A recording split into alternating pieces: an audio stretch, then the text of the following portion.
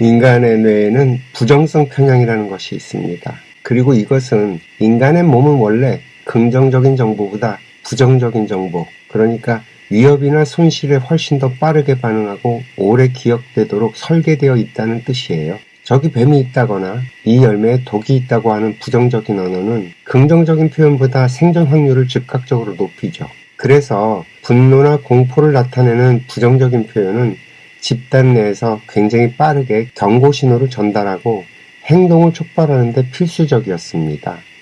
일단은 우리 몸에 보내는 신호가 이렇게 만들어져 있다는 말입니다. 부정적인 사인이 더 강력한 신호를 보낸다는 거예요. 그래서였을까요? 이 인간은 이 부정적인 사인을 집단 규율로 세우고 사회 계약을 유지하는 데 사용을 합니다. 가령 예를 들어서 비난이나 험담, 소문과 같은 이런 부정적인 언어를 사용해서 집단 내에서 누군가 규칙을 어기고 있는지를 공유하고요. 잠재적인 위협을 격리하고 집단 구성원들을 통제하는 강력한 수단으로 사용을 했다는 거죠. 그래서 사실 이 불평불만은 사회나 집단에 문제가 있음을 알리고 그 문제를 해결하기 위한 협상을 시작하는 최초의 단계로 사용이 됩니다. 이 외에도 이 부정적인 언어들은 인간 내부의 강렬한 감정을 처리하고 한 발 더 나아가서는 자기 자신을 객관화하는 것에도 사용이 됩니다. 분노나 슬픔, 좌절과 같은 아주 강한 부정적 감정을 언어로 표현함으로써 그 감정이 우리의 몸을 파괴하기 전에 안전하게 배출할 수 있게 되고요. 내 고통스러운 감정을 객관화하는 행위에 사용한다는 거죠. 가령 예를 들어서 나는 지금 너무너무 화가 난다는 언어는 감정과 자신을 분리시켜서 해결의 문제로 만들어가는 첫 단추가 될 테니까요. 좀 이해가 되시나요? 그래서 이 부정적인 언어 역시 인간의 필요에 의해 만들어진 것들이라는 말입니다. 여러분들은 혹시 저의 이 설명을 들으시면서 뭔가 떠오르는 생각이 없나요? 저희 인생학교에서는 이 동물의 육신에 비물질의 영혼이 들어와서 결합된 존재가 인간이라고 했습니다. 우리의 영혼은 이 동물의 육신을 가지고 일생을 살아갑니다. 따라서 이 동물의 육신을 잘 쓰는 것이 현명하죠. 우리의 몸은 생명체입니다. 그리고 모든 생명체는 생존을 기본으로 삼죠. 한마디로 말해서 살아남기 위한 몸부림을 칩니다. 따라서 우리의 몸은 생존을 위해 우리의 영혼에게 지속적인 사인을 보내는 거죠. 그런 사인들은 대부분 생존을 위한 것이고 우리가 부정적이라고 부르는 사인은 비교적 강력한 신호라는 거예요. 교감신경계가 활성화되고 코르티솔과 아드레날린이 분비가 되면서 반응 속도가 굉장히 빠르게 움직입니다. 당연하겠죠. 생존과 직결된 문제들이니까요. 따라서 뇌에서도 편두체를 중심으로 활성화가 됩니다. 그와는 반대로 이 긍정적인 사인이라고 우리가 부르는 기쁨, 만족감, 평온함 같은 요소들은 부교감 신경계가 활성화되면서 도파민이나 세로토닌, 옥시토신 같은 호르몬을 분비합니다. 우리의 몸에 적절한 보상을 주면서 전전두엽과 고차원적인 사고 영역이 활성화되는 거죠. 즉 안전이 확보된 후에는 삶의 질을 높이는 데 기여를 한다는 거예요. 따라서 그 장기적인 목표 설정과 사회적 유대감을 촉진하는 일에는 긍정적인 사인들이 활성화됩니다. 그러니까 이 두 가지 가치 체계는 우리 인간에게는 없어서는 안 될 아주 중요한 자산입니다. 우리는 그저 우리의 몸을 적절하게 이해하고 잘 사용하면 될 뿐인 거죠. 그렇게 해서 만들어진 것이 부정적인 언어들과 긍정적인 언어들입니다. 그리고 우리들은 이런 언어들을 선대로부터 물려받았죠. 이제부터 이것을 어떻게 사용하느냐는 여러분들의 선택에 달려 있습니다. 어제는 우리의 언어 속에서 그 불평불만의 언어를 제거하자는 제안을 드렸죠. 이 말은 완전히 없애자는 뜻이 아닙니다. 그거는 불가능한 일이고요. 오늘의 설명에서도 알 수 있듯이 불평불만은 생존에 직결된 언어들입니다. 따라서 나도 모르게 튀어나오는 경우가 허다한 거죠.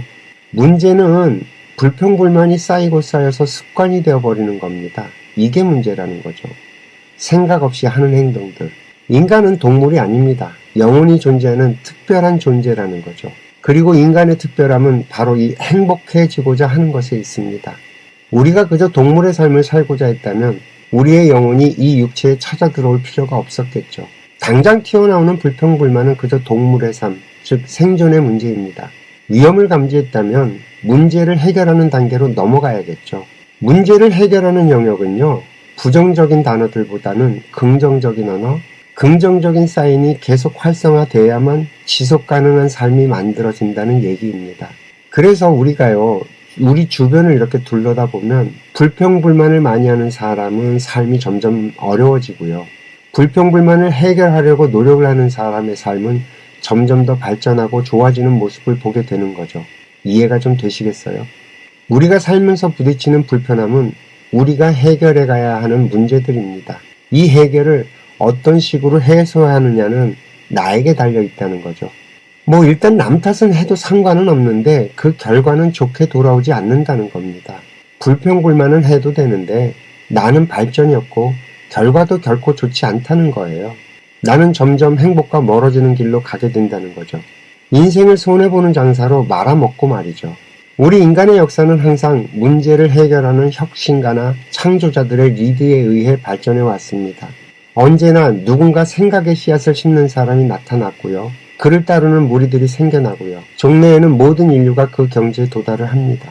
이 생각의 씨앗을 심는 사람을 우리는 성각자라고 부르죠. 그러다 보니 우리들은 항상 영웅이나 초인이 나타나서 우리들의 문제를 해결해 주기를 기다립니다. 그리고는 그 기다림의 세월 동안 고통 속에서 살아가죠. 지금도 우리 지구별에는 구세주를 기다리는 사람들 투성이입니다. 불평불만으로 문제를 제기할 뿐이지 해결할 생각은 하지 않는 사람들. 그렇게 쌓인 탁한 에너지로 이 사회는 점점 병들어가고요. 그것이 골마 터질 때 등장하는 해결사가 있고 그것이 해결된 것처럼 다시 일상으로 돌아가고 그러나 문제는 해결된 것이 아니라 다른 길로 걸어가는 것뿐이라는 걸 시간이 지나면 깨닫게 되고 다시 또 불평불만이 만들어지고 하는 역사는 정말 수천 년의 세월 동안 이어져 왔다는 겁니다. 확실히 이 부정적인 언어들은 문제를 드러나게 만드는 힘이 있습니다. 그것이 없다면 우리들은 문제를 발견할 수조차 없겠죠. 그러나 문제는 풀기 위해 필요로 합니다. 풀어내지 못하는 문제들은 들고 있기도 무겁죠. 그리고 그런 문제들이 쌓이고 쌓이면 내 인생은 점점 더 무거워집니다. 사실 모든 문제의 씨앗은요, 해결의 씨앗을 내포하고 있습니다. 그 둘은 한 몸이라는 거죠. 우리 인간이 물질의 몸과 영혼이라는 비물질이 결합해서 한 몸으로 살아가고 있는 것처럼 말이죠. 긍정과 부정은 둘이 아니고 하나라는 말입니다. 이 두 가지 에너지를 잘 사용해서 우리가 부딪히는 문제, 숙제, 업을 해결해 가는 겁니다. 그러면서 우리에게는 선택의 순간이 늘 찾아오죠. 어떻게 할래? 하고 묻는 겁니다. 필요는 발명의 어머니라는 아주 오래된 이야기가 있죠. 조지 버나드 쇼는 이성적인 사람은 세상에 자신을 맞추지만 비이성적인 사람은 세상을 자신에게 맞추려고 끊임없이 노력을 한다. 그러므로 모든 진보는 비이성적인 사람에게 달려있다고 말을 했습니다. 여기서 이성적인 사람이라는 건 상식이라는 틀에 갇힌 사람들을 말하겠죠. 이 상식의 틀을 부수고 나온 사람을 우리는 비이성적인 사람이라고 쳐다보고요. 사람들은 말을 합니다. 일론 머스크는 우리가 여태까지 본 적이 없는 유형의 사람이라고 말이죠. 그러나 그가 만들어가는 인생은 얼마나 다이나믹합니까? 수많은 사람들이 그의 생각의 결과에 열광을 하잖아요. 아마도 그의 머릿속에는 온통 부정적인 언어들이 가득할 겁니다. 이것도 잘못됐고 저것도 잘못됐다고 하는 식으로 말이죠. 그러나 그는 거기에서 멈추지 않고 그 잘못된 것들을 고치려고 하고 개선시키려고 합니다. 기존의 질서들을 파괴하고 자신의 생각과 의지대로 만들려고 노력을 하는 거죠.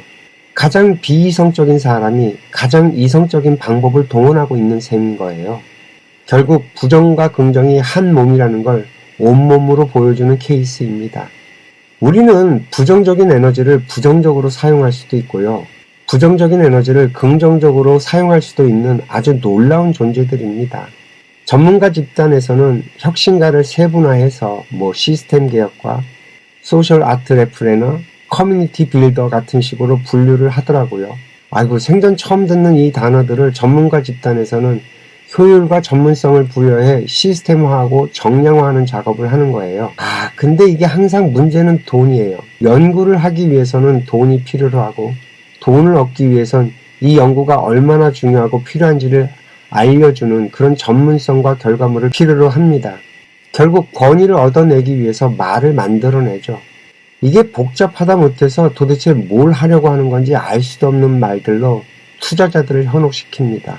그래서 선점의 효과를 노리고 첫 번째만 기억하는 대중들의 심리를 이용해서 최대의 이득을 보려고 하는 투자자들의 심리를 자극시키는 거죠. 그런데 그렇게 얻어낸 저 분류 방법으로는요, 일론 머스크나 스티브 잡스 같은 혁신가를 설명할 수가 없습니다. 참 아이러니하죠.